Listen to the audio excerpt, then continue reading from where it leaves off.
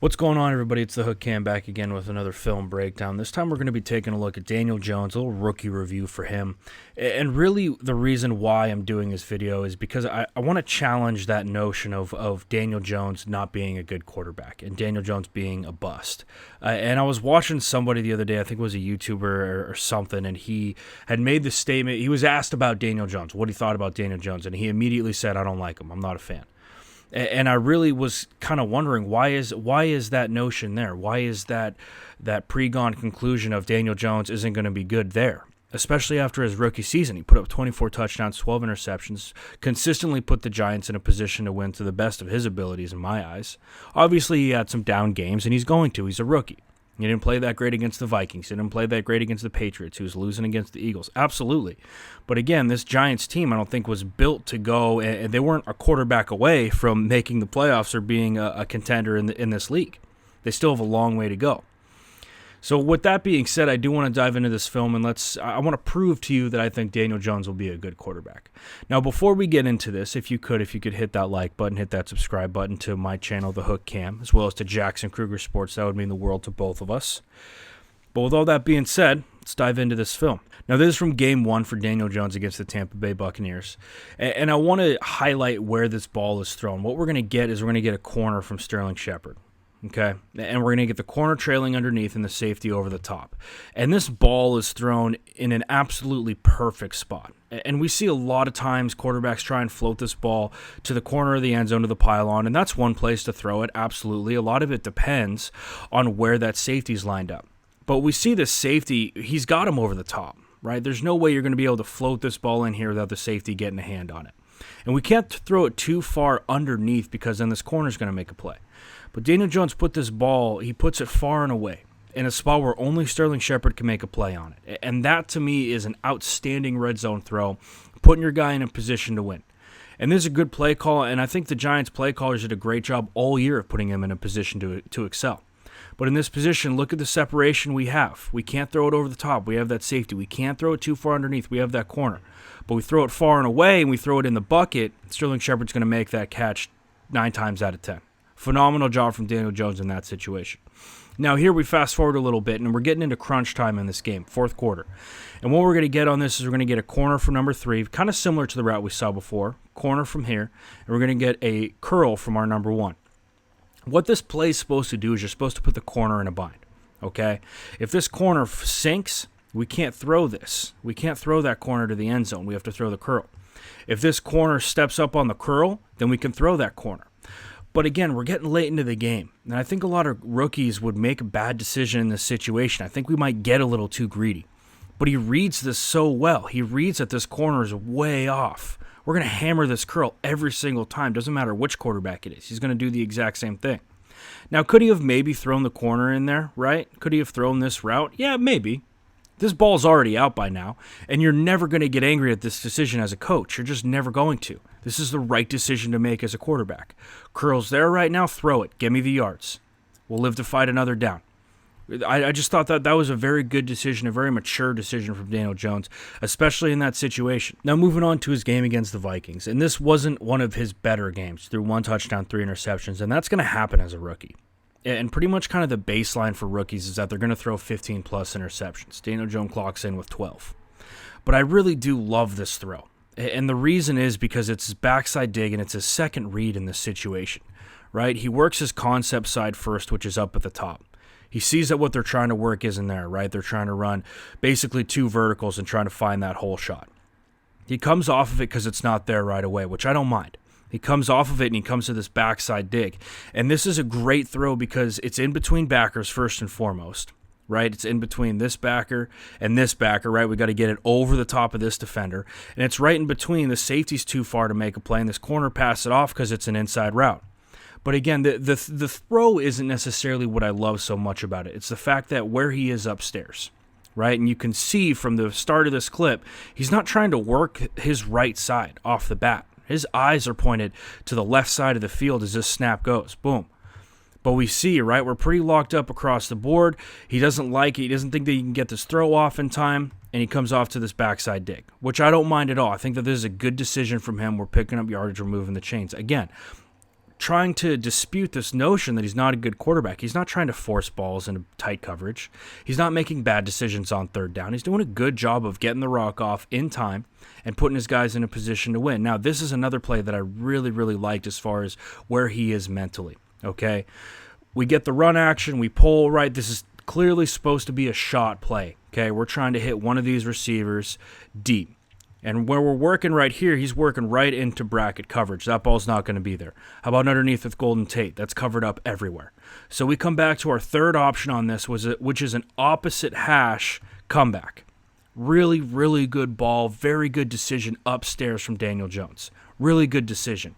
Moving on to a little bit later in this game against the Lions, what we saw from the Giants is they continuously went after the slots, and they actually scored a touchdown on this similar play, right? Basically the same route combination where we're pushing vertical with our slots, and we have our number one receiver just basically standing there so that he can take up the flat threat. But what I love about this throw is that this is a really difficult throw to make. Okay, there's going to be a back shoulder to the slot, and this is very, very difficult. This thing's on a line. Golden Tate does a great job stopping in his tracks and getting this thing and hauling it in. But again, this is that accuracy, okay? And again, it's not his first read. This isn't his first read on this throw. He's reading this curl, right, this spot wheel concept on the front side. And he comes back to his backside and makes a quick decision and throws a back shoulder ball. This is an outstanding throw from Daniel Jones, even better catch from Golden Tate. And those are the throws that you like to see from a rookie. I mean, we've got to remember, this kid's a rookie. Really, really good job. And I was mistaken. This touchdown that they scored is actually a little bit later. But now, looking at this situation, right, a lot of people would see this ball, and they would say, that's a bad ball. It was behind the receiver. No, it's not. This is exactly where this ball should be. This is a lofted back shoulder throw. And a lot of people, I don't think, understand that. Yes, the receiver had to stop, but that's because of where this throw is. And again, we're lofting this back shoulder. Back shoulder throws, quarterbacks are used to making on a line, right? That's not a throw that you can just kind of feather in there. Really good quarterbacks can. And I'm not saying Daniel Jones is elite by any sense yet, but I'm saying that a throw like this, a lofted back shoulder where his receiver can stop, make a play on it, it's man coverage. He doesn't have him beat deep. He's not going to throw this ball over the top and in the bucket. He's got to loft this thing to the back shoulder so his receiver can stop, this cornerback can clear, and then we can make a play on this football. Excellent throw from Daniel Jones, and those are the type of things that you like to see. And again, I'm trying to figure out where this idea of Daniel Jones isn't a good quarterback comes from. Where did this situation of, they picked him 6, he can't be good? Why are we still running with that narrative when it's clearly not true? He played very well in his freshman year, in his rookie year. Here's a play against the Washington Redskins. This game went into overtime. And once again, what I love about this is the fact that he goes through his progression and he ends up hitting a backside dig, right? A lot of times what you do when you're designing a play is you create situations where, okay, we're going to read the front side of this thing. If it's there right away, we're going to get it. We're going to clear out the backside with our number 2, and then we're going to hit this dig because this dig takes a while to develop. This dig's not going to be there right away. That's why you put it on the back side of things. Okay, he goes through his progression on the front side, comes back to the play side and puts this ball, and it's on a line. It's a great ball. This throw looks even better from the end zone. Because what we're going to see is we're going to see number 37 drop into coverage right here. And he's got to throw this ball over the top of 37 and in between a safety, right? Really good job. Again, we're coming off of our progression. We have our check down right here that we can take if we need to. But he takes the little bit of a bigger throw right over 37 and in the bucket to Sterling Shepard.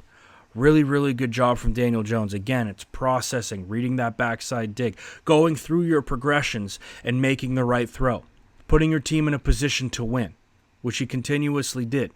Here's another example of putting that corner in a bind and him making the right decision, okay?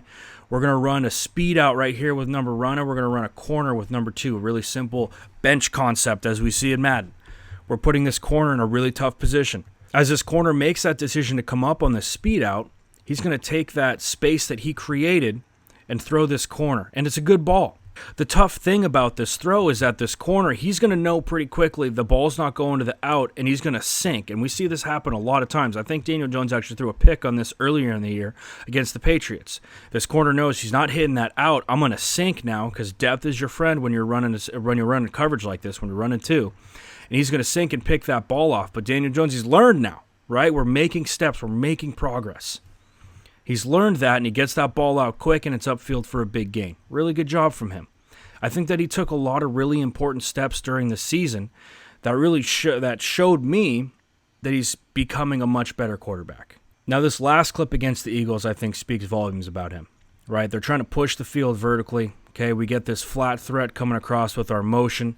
And again, we're trying to put this safety in a bind. We're coming across with him. We're coming across with him. Our safety thinks that it's going deeper. It's going to go behind him, so he stays deep. We run right across his face with number one. Really good job on this. But the toughness in the pocket is just outstanding from Daniel Jones. As soon as this receiver clears the safety, he puts this thing on a line and absolutely wears a shot underneath. I mean, he's getting smoked on this play, but he steps up into the pocket and makes a beautiful throw. Steps up, he wears one, but he makes a good throw to his receiver. That's a great play from Daniel Jones. And again, I'm trying to challenge that notion of Daniel Jones is a bust already after 1 year. People are saying, oh, I don't like him. Why don't you like him? He's done nothing but produce. 24 touchdowns, 12 picks. Played very well. He had a couple of games where he threw multiple interceptions. I'm sure people will come at me for that, but that's going to happen to a rookie quarterback. I think for a rookie, he had a 2-to-1 ratio for touchdowns and interceptions. He was winning OT games. He was winning games in the fourth quarter. He did a great job for the New York Giants. And again, the Giants weren't a quarterback away from being a championship team. They still have a little bit of a ways to go. But I think Daniel Jones is the right decision for them. I think that he played very well for them last year. I'm not saying that I was all about Daniel Jones coming into last year, but I think that he definitely made me a believer after how he played. With all that being said, guys, I'm the Hook Cam. If you like this video, please hit that like button, hit that subscribe button. If you could also check out Jackson Kruger Sports, check out his channel, phenomenal content from him. That would mean the world to both of us. With all that being said, guys, I'm sure I'll have more content for you coming out soon. But until next time, you guys stay safe, wash your hands, and you guys have a good one.